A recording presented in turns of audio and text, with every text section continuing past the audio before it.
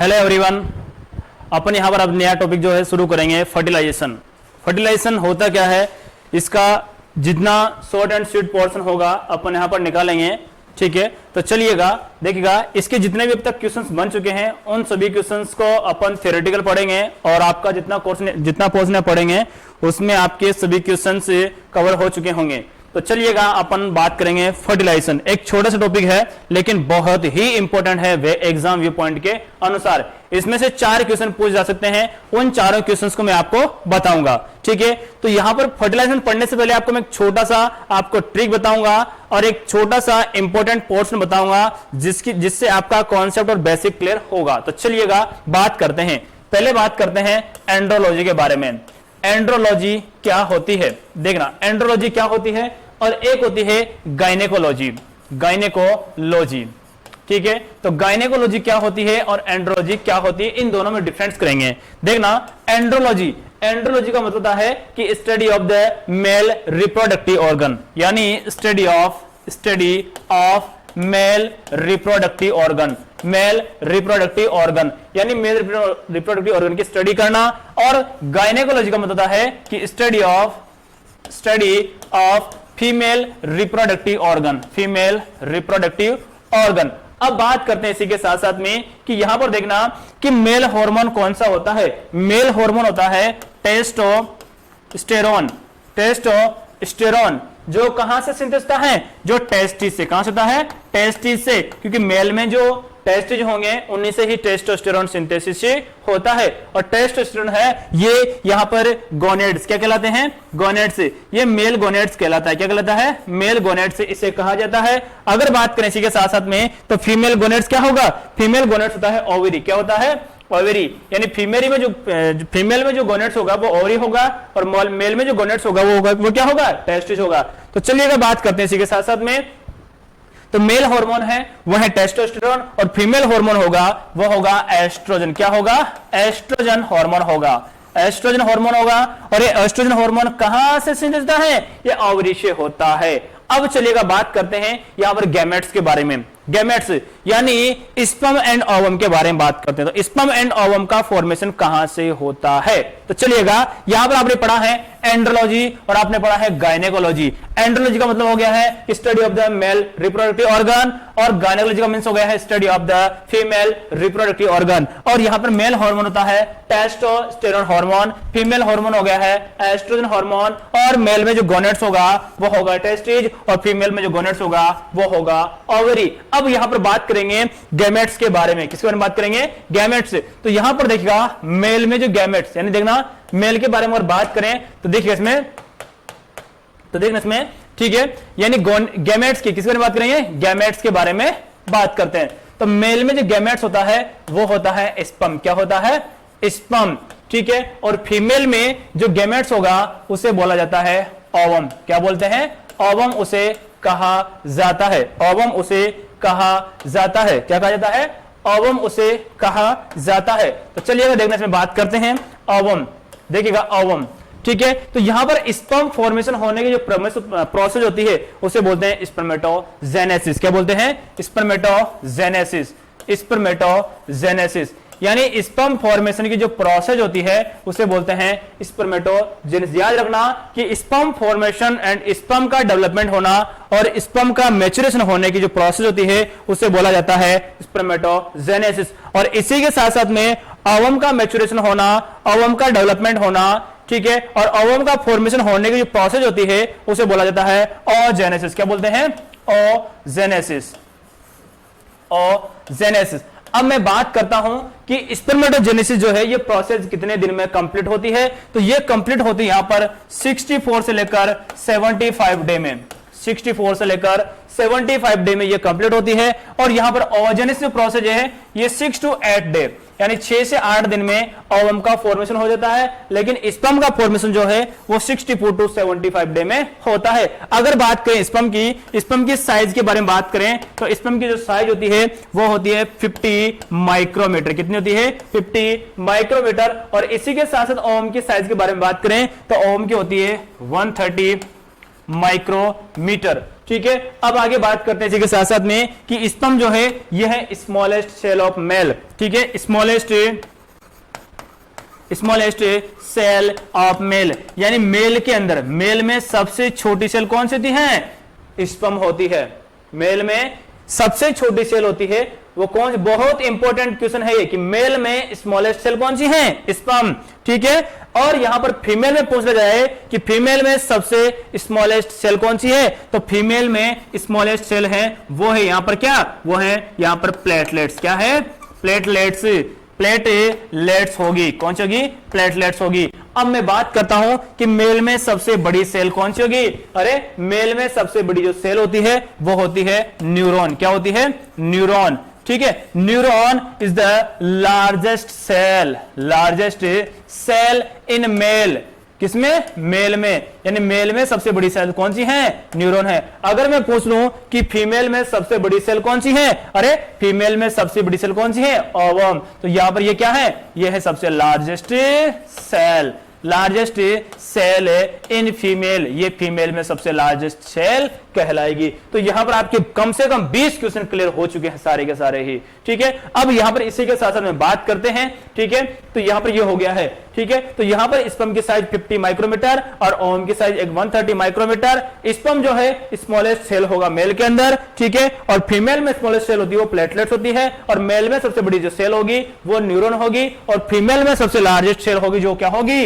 Ovum होगी, ठीक है। और ओवम की फॉर्मेशन की प्रोसेस होती है वो 6 to 8 डे में कंप्लीट होती है, जिसे ओजेनेसिस कहा जाता है। और मेल में 64 to 75 डे में स्पर्मेटोजेनेसिस की प्रोसेस कंप्लीट होती है, ठीक है। तो आगे बात करते हैं इसी के साथ साथ में, चलिएगा। अब देखना, जब यहां पर फर्टिलाइजेशन की बारी आती है तो क्या होता है, यानी मेल से, मेल के बारे में बात करें तो मेल में से 23 क्रोमोसोम्स कितने आते हैं? मेल में से 23 क्रोमोसोम्स आते हैं, ठीक है। जिसमें से 22 तो यहां पर ऑटोसोम, क्या होते हैं? ऑटोसोम आते हैं, ठीक है। और प्लस 1 इसमें क्या होगा? 1 इसमें सेक्स क्रोमोसोम, क्या होगा? सेक्स क्रोमोसोम होगा, ठीक है। और फीमेल के बारे में अगर बात करें तो फीमेल में यहां पर 23 क्रोमोसोम्स आएंगे, ठीक है। और ये सारे के सारे यहां पर देखना एक्स क्रोमोसोम कौन से होंगे? एक्स क्रोमोसोम से होंगे। अब आगे बात करते हैं इसी के साथ साथ में, वैसे तो मेल एंड फीमेल में 46 क्रोमोसोम्स कितने होते हैं? 46 क्रोमोसोम्स होते हैं, लेकिन आधे मेल से, जब फर्टिलाइजेशन होता है तो आधे मेल से आते हैं और आधे फीमेल से आते हैं। तो मेल में यहां पर देखना, मेल में जो सेक्स क्रोमोसोम होगा उसमें एक्स और वाई, क्या होगा? एक्स और वाई होगा, यानी 23 नंबर का जो पेयर होता है, यानी 23 पेयर होते हैं। कितने होते हैं? 23 पेयर होते हैं, ठीक है। तो इसमें जो 23वें नंबर का जो पेयर होता है उसमें एक क्रोमोसोम एक्स होगा और एक वाई होगा। अगर मान लो फर्टिलाइजेशन में, अगर मान लो एक्स काम में आता है और इधर से एक्स आता है तो एक्स एक्स मतलब क्या बनेगा? Female baby. क्या बनेगी? फीमेल बेबी बनेगी। क्या बनेगी? फीमेल बेबी बनेगी। और अगर मान लो यहां से वाई आता है, ठीक है, और इधर से एक्स आता है तो एक्स और वाई मिलकर यहां पर मेल क्या बनाएगा? मेल बेबी बनाएगा। यानी मदर के अंदर जो बच्चा बनेगा वो मेल बेबी बनेगा। कभी? जब यहां पर वाई आता है मेल से और फीमेल से एक्स आता है तो एक्स वाई हो गया है तो मेल बेबी बनेगा, और दोनों से एक्स एक्स आता है तो यहां पर फीमेल बेबी बनेगी, ठीक है। तो यहां पर चलिए आगे इसी के साथ बात करते हैं। बिल्कुल आप लोग ध्यान रखिएगा। तो देखना इधर से 23 क्रोमोसोम्स, कितने? 23 क्रोमोसोम से, और इधर से भी 23 क्रोमोसोम से, ठीक है। तो यहां पर इधर से या तो एक्स आएगा या वाई आएगा। इधर से एक्स एक्स 2 होंगे तो इनमें से एक एक्स यहां पर आ जाएगा, ठीक है। तो यहां पर देखना, इनको बोलते हैं हैप्लॉइड। क्या बोलते हैं? हैप्लॉइड। यानी आधे क्रोमोसोम्स का यूज होना हैप्लॉइड कहलाता है। और फीमेल से भी क्या आएंगे? आधे क्रोमोसोम्स। क्या आएंगे? आधे क्रोमोसोम आएंगे। और दोनों मिलकर क्या बनाएंगे? 23 प्लस 23 23 यानी 46 क्रोमोसोम। कितने हो जाएंगे? 46 क्रोमोसोम हो जाएंगे, यानी 23 पेयर। कितने हो जाएंगे? 23 पेयर यहां पर ये हो जाएंगे। इनको बोला जाएगा डिप्लॉइड। क्या बोला जाएगा? डिप्लॉइड। यानी यहां पर ये फर्टिलाइजेशन क्या हो जाएगा? ये फर्टिलाइजेशन वाली प्रोसेस हो जाएगी। फर्टिलाइजेशन वाली प्रोसेस हो जाएगी, यानी स्पर्म और ओवम दोनों मिलेंगे, दोनों का फ्यूजन होगा और यहां पर फर्टिलाइजेशन वाली प्रोसेस शुरू हो जाएगी। और ये प्रोसेस जो है ये होती है फैलोपियन ट्यूब में। कहां होती है? फैलोपियन ट्यूब में। बहुत ही शानदार एंड बहुत ही जबरदस्त क्वेश्चन है ये, ठीक है, यानी एग्जाम वीक पॉइंट के अनुसार ये क्वेश्चन कम से कम 10 बार आ चुका है कि यानी फर्टिलाइजेशन कहां पर होता है, तो वो होता है फैलोपियन ट्यूब में। और फैलोपियन ट्यूब के 4 पार्ट होते हैं, पहला part intramural, second part isthmus, third part ampulla, fourth part यहां पर इनफंडिबुलम। तो तीसरे नंबर का जो एम्पुलरी पार्ट, कौन सा वाला, एम्पुलरी पार्ट में क्या होता है, फर्टिलाइजेशन होगा। ठीक है, तो चलिए आगे बात करते हैं इसी के साथ साथ में। तो देखिएगा, ठीक है, अब जब फर्टिलाइजेशन की प्रोसेस जो है वो कंप्लीट होती है तो देखना, तो स्पर्म प्लस ओवम, ठीक है, दोनों का क्या होता है, फ्यूजन। क्या होता है, फ्यूजन होता है। दोनों का क्या होता है, फ्यूजन होता है। ठीक है, तो यहां पर देखना, दोनों का फ्यूजन होने से पहले मैं एक छोटी सी प्रोसेस बताऊंगा आपको कि मेल के अंदर, मेल से यहां पर सीमन क्या निकलता है, सीमन निकलता है। ठीक है, तो एक बार जब मेल सेक्सुअल इंटरकोर्स करता है तो मेल के सेक्सुअल इंटरकोर्स के दौरान मेल में से सीमन निकलता है और सीमन की जो वॉल्यूम होती है वो होती है 4 से 5 ml। यानी एक बार मेल, यानी फर्स्ट टाइम, यानी जैसे 24 घंटे में से पहली बार जब सेक्सुअल इंटरकोर्स करेगा तो उसका सीमन का जो अमाउंट होगा वो होगा 4 से 5 ml। कितना होगा, 4 to 5 ml। बहुत इंपॉर्टेंट है। ठीक है, और इस सीमन के अंदर जो यहां पर स्पर्म होंगे वो स्पर्म की संख्या कितनी होगी, तो 40 मिलियन। कितनी होगी, 40 मिलियन पर ml। यानी 1 ml सीमन के अंदर 40 मिलियन स्पर्म होंगे, स्पर्म होंगे। ठीक है, इसमें से थाउजेंड्स की संख्या में, 1000 यानी हजारों की संख्या में ये पहुंचते हैं फैलोपियन ट्यूब में। कहां पहुंचते हैं, फैलोपियन ट्यूब में पहुंचते हैं। और फैलोपियन ट्यूब में क्या होता है, ओवम होता है। क्या होता है, ओवम होगा। तो उस ओवम के चारों ओर यहां पर स्पर्म की संख्या पहुंचेगी 200 से 300, लगभग 200 से 300 स्पर्म ही उस ओवम के पास पहुंचेंगे। और उस ओवम के पास पहुंचने के बाद में केवल एक ही स्पर्म यहां पर काम करेगा जो फर्टिलाइजेशन का कार्य करेगा। यानी यहां पर जो ये ओवम है इसके पास में ये क्या पहुंच गया है, स्पर्म पहुंच गया है। ठीक है, ये स्पर्म जो है इस ओवम के साथ में फ्यूजन क्या हो जाएगा, फ्यूजन। तो स्पर्म एंड ओवम का फ्यूजन वाली जो प्रोसेस है उसके बारे में अपन बात करते हैं। तो चलिएगा यहां पर बात करते हैं। ठीक है, बिल्कुल आपको समझ में आ गया है कि फैलोपियन ट्यूब में हजारों की संख्या पहुंचता है, लेकिन फैलोपियन ट्यूब में जो ओवम होता है वहां तक पहुंचते पहुंचते स्पर्म की संख्या 200 से 300 ही बच जाती है ओनली। और उनमें से केवल एक ही स्पर्म ऐसा होगा जो फर्टिलाइजेशन का कार्य करता है। ठीक है, वेरी गुड। चलिएगा आगे बात करते इसी के साथ साथ में। तो देखिएगा, जब यहां पर स्पर्म प्लस ओवम दोनों का क्या होता है, फ्यूजन। क्या होता है, फ्यूजन होता है। जब दोनों का फ्यूजन होगा तो क्या होगा, तो देखिएगा यहां पर ये होगा ओवम। क्या होगा, ये है यहां पर ओवम। और इधर से यहां पर ही देखिएगा ये है स्पर्म। क्या है, ये स्पर्म। तो दोनों का यहां पर क्या हो रहा है, ये फ्यूजन हो रहा है, दोनों का फ्यूजन हो रहा है। ठीक है, अब ये स्पर्म है ये ओवम के अंदर पहुंच जाता है और ओवम के अंदर पहुंचकर यहां पर ये फर्टिलाइजेशन कर देगा। क्या कर देगा, फर्टिलाइजेशन कर देगा। यानी दोनों का फ्यूजन हो गया है, ये इसके अंदर पहुंच गया है। तो यहां पर 2 सेल कितने बन जाएगी, 2 सेल स्टेज, यानी 2 सेल स्टेज का प्रोडक्ट बन जाएगा। और इस प्रोडक्ट को बोलते हैं ब्लास्टोमेर। क्या बोलते हैं, ब्लास्टोमेर इसे कहा जाता है। ब्लास्टो यानी 2 सेल का जो प्रोडक्ट बना है इसे ब्लास्टोमेर कहा जाएगा। और यहां पर स्पर्म फ्यूजन होने से लेकर ब्लास्टोमेर यानी 2 सेल बनने का जो पीरियड है ये है 30 आवर्स का। कितने घंटे का है ये, 30 आवर्स का। मैं आपको बिल्कुल एक्स्ट्रा चीज कुछ भी नहीं बता रहा हूं, ओनली आपको इंपॉर्टेंट क्वेश्चंस बता रहा हूं। सारे के सारे एग्जाम आ चुके हैं पहले ये। ठीक है, तो 2 सेल बनने में यानी फर्टिलाइजेशन के दौरान जब प्रोडक्ट जो अंदर जो फैलोपियन ट्यूब जो प्रोडक्ट बनता है वो 2 सेल बनती है, उस प्रोडक्ट को बोलते हैं ब्लास्टोमेर। ठीक है, और यहां पर वो कंप्लीट होता है 30 घंटे में। अब चलिए आगे बात करते हैं कि 2 सेल बनने के बाद में अब उसमें सेल डिवीजन होना शुरू होता है। क्या होता है, सेल डिवीजन होना शुरू होता है। तो इसके बाद की प्रोसेस पढ़ते हैं, तो सभी ध्यान दीजिएगा। आगे देखना इसमें, ठीक है, देखना इसमें आगे देखिएगा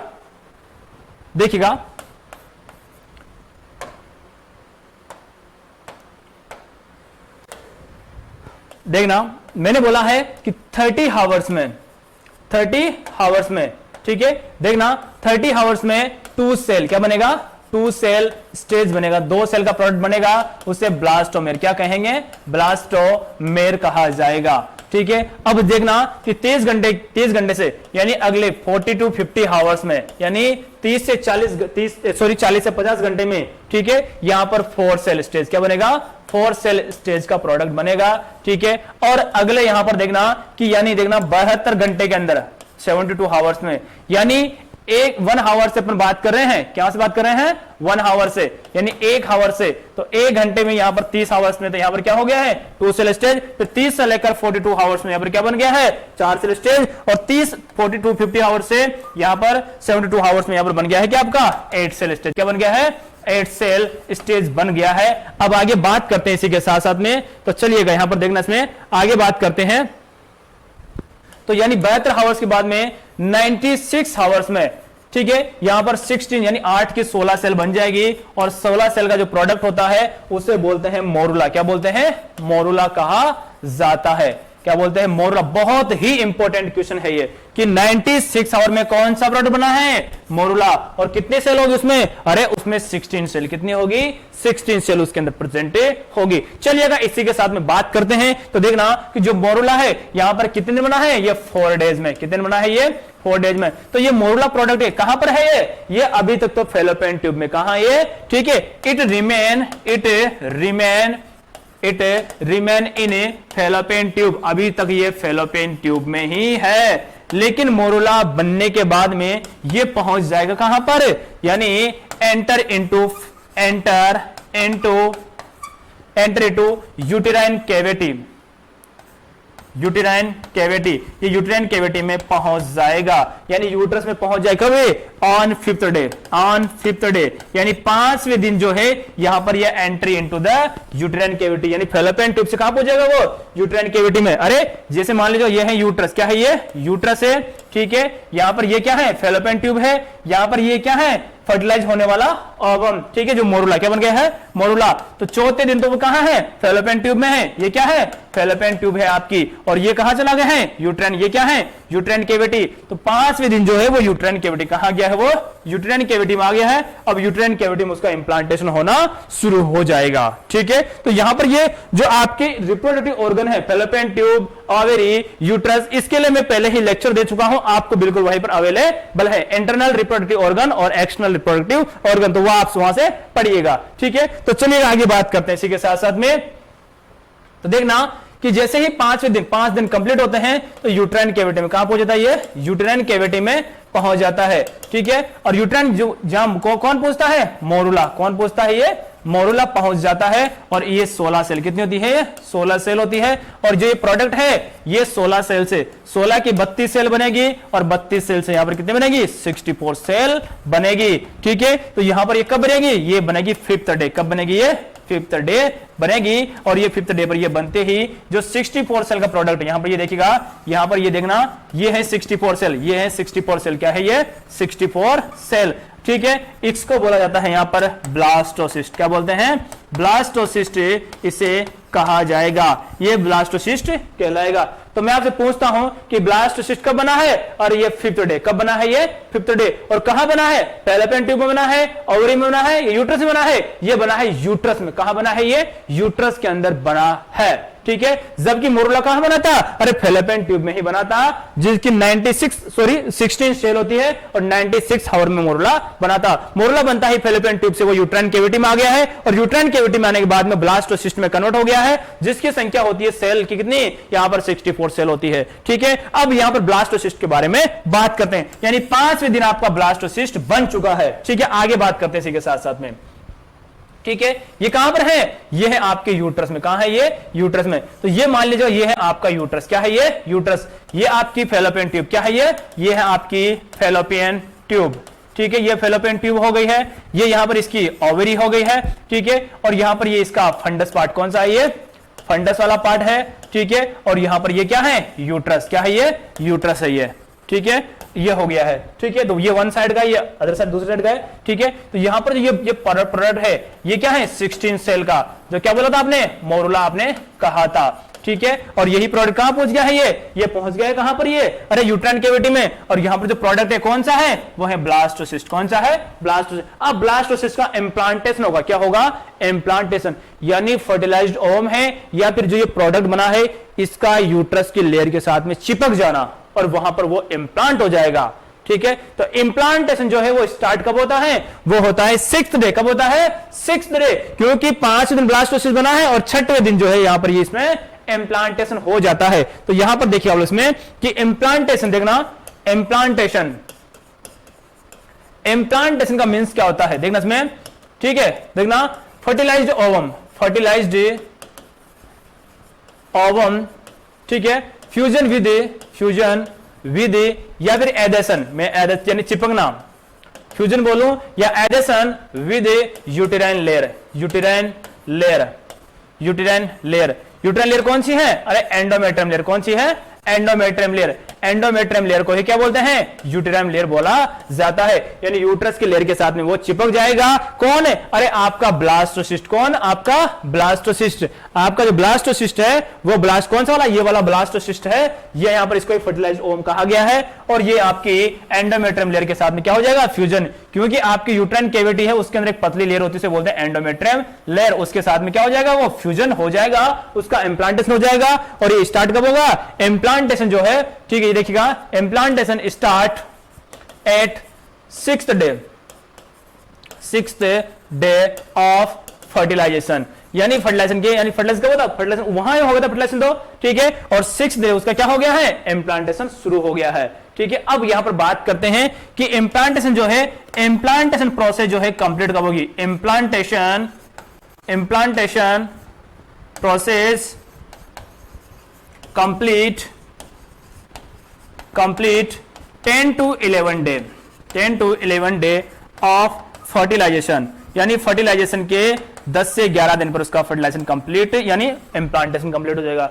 तो यहां पर ब्लास्टोसिस्ट बनेगा कब, 6th डे, और 6th डे ही यहां पर क्या हो जाएगा, इम्प्लांटेशन शुरू हो जाएगा, यानी 5 दिन आपका ब्लास्टोसिस्ट बनकर तैयार हो गया है, और 6th डे यहां पर क्या हो गया है, आपका इम्प्लांटेशन वाला प्रोसेस शुरू हो गया है। तो इम्प्लांटेशन 6 दिन से लेकर ये कब तक चला है, ये चला है 10 से 11 दिन में। तो 10 से 11 दिन में इम्प्लांटेशन की प्रोसेस कंप्लीट हो जाती है, और इम्प्लांटेशन की जो प्रोसेस है उसको बोलते हैं निडेशन। क्या बोलते हैं, ये क्वेश्चन पहले आ चुका है, तो यहां देखिएगा implantation process, implantation process is also known as निडेशन। क्या कहा जाएगा, निडेशन कहा जाएगा, क्या कहा जाएगा, निडेशन कहा जाएगा। ठीक है, तो निडेशन प्रोसेस कब कंप्लीट होगी, ये होगी 10 से 11 दिन में कंप्लीट होगी, यानी इम्प्लांटेशन 10 से 11 दिन में कंप्लीट हो जाएगा। अब यहां देखिएगा जो आपका ब्लास्टोसिस्ट क्या बना था, ब्लास्टोसिस्ट अरे 5वें दिन पर बन गया था, 6वें दिन पर उसका इम्प्लांटेशन शुरू हो गया था, तो उसके बारे में बात करते हैं। तो देखना इसमें कि आपका यहां देखिएगा, यहां पर ये है क्या, ये है आपका ब्लास्टोसिस्ट। क्या है ये, आपका ब्लास्टोसिस्ट, ये है आपका ब्लास्टोसिस्ट। ठीक है, इसमें 64 सेल कितनी होती है, 64 सेल होती है। ठीक है, अब देखना ये यूट्रस की अंदर वाली जो लेयर होती है, एंडोमेट्रियम लेयर होती है, वहां पर इसका इम्प्लांटेशन होता है। अब यहां देखना कि इसके अंदर वाला पार्ट है ये अलग हो जाता है, और ये बाहर वाला पार्ट जो है ये अलग आ जाता है, यानी ये अंदर वाला ये बाहर वाला। तो अंदर वाला पार्ट है ये बनाता है एम्ब्रियो। क्या बनाता है, एम्ब्रियो, ये और एम्ब्रियो ही बनता है क्या, फीटस, यानी बच्चा बनता है, और इसी पार्ट से यहां पर ये वाला पार्ट जुड़ता है और ये बनाता है प्लेसेंटा। क्या बन जाता है, ये प्लेसेंटा बन जाता है। क्या बन जाता है, प्लेसेंटा बन जाता है। तो आप सभी को पता है कि यूट्राइन कैविटी में इस तरह का ये होता है प्लेसेंटा। क्या होता है, ये प्लेसेंटा होता है, इससे ये अम्लाइकल कॉर्ड क्या निकला होता है, ये अम्लाइकल कॉर्ड, और अम्लाइकल कॉर्ड से आपका बच्चा जुड़ा हुआ रहता है। इस तरह ये यूट्राइन कैविटी में ये होता है। तो ये तो कौन है, फीटस, यानी बच्चा है, और ये अम्लाइकल कॉर्ड क्या है, ये अम्लाइकल कॉर्ड है, ये अम्लाइकल कॉर्ड। ठीक है, और यहां पर क्या है, प्लेसेंटा। क्या है, ये प्लेसेंटा है। ठीक है, तो यानी बाहर का जो पार्ट होगा ब्लास्टोसिस्ट का, उससे तो क्या बन जाएगा, प्लेसेंटा। क्या बन जाएगा, प्लेसेंटा बन जाएगा, ये अम्लाइकल कॉर्ड बन जाएगा, ये अंदर वाला पार्ट जो है ये एम्ब्रियो यानी बच्चा बन जाएगा। ठीक है, तो यहां पर ये हो गया है, ये यूट्राइन कैविटी के अंदर चल रही है प्रोसेस। ठीक है, और इसके अंदर यहां जो प्लेसेंटा है इसके अंदर एक पार्ट होता है, उसे बोलते हैं सिंसियोट्रोपुलस। क्या बोलते हैं, सिंसियोट्रोपुलस। ट्रोपोब्लास्ट, सिंचियोट्रोपोब्लास्ट उसे कहा जाता है। और ये सिंचियोट्रोब्लास्ट हैं, यही क्या करता है, HCG फॉर्मेशन, क्या करता है, ये HCG फॉर्मेशन का कार्य करता है, यानी HCG का निर्माण करता है। क्या करता है, HCG का निर्माण करता है। ठीक है, तो प्लेसेंटा का पार्ट कौन सा है, सिंचियोट्रोपोब्लास्ट। क्या नाम है, सिंचियोट्रोपोब्लास्ट, सिंचियोट्रोपोब्लास्ट। ये सिंचियोट्रोपोब्लास्ट क्या करता है, ये ब्लास्ट क्या करता है, अरे ये HCG प्रोडक्शन यानी human chorionic gonadotropin, human chorionic gonadotropin यानी ये HCG हार्मोन का सीक्रेशन कहां से, प्लेसेंटा के सिंचियोट्रोपोब्लास्ट से होता है। ठीक है, तो ये आपका फर्टिलाइजेशन कंप्लीट हो गया है और यही HCG हार्मोन आपकी प्रेगनेंसी को पॉजिटिव बताने में मदद करता है। जिसका लेक्चर HCG का जो पूरा लेक्चर है वो मैंने पहले दे रखा है, आप वहां से पढ़ लीजिएगा, पहले अपलोड है। ठीक है, तो यहां पर आपका फर्टिलाइजेशन कंप्लीट हो गया है। फर्टिलाइजेशन कंप्लीट 10 से 11 दिन में कंप्लीट होता है। ठीक है, और 6वें दिन पर इंप्लांटेशन शुरू होता है और फर्स्ट डे इसका फर्टिलाइजेशन शुरू होता है, दोनों ओवम एंड स्पर्म दोनों का फ्यूजन होता है। ठीक है, तो ये प्रोसेस आपकी कंप्लीट हो गई है। Thank you my dear. ठीक है, नेक्स्ट लेक्चर आपका होगा जो आपको मैं जस्ट इसके बाद में पढ़ाऊंगा। चलिएगा।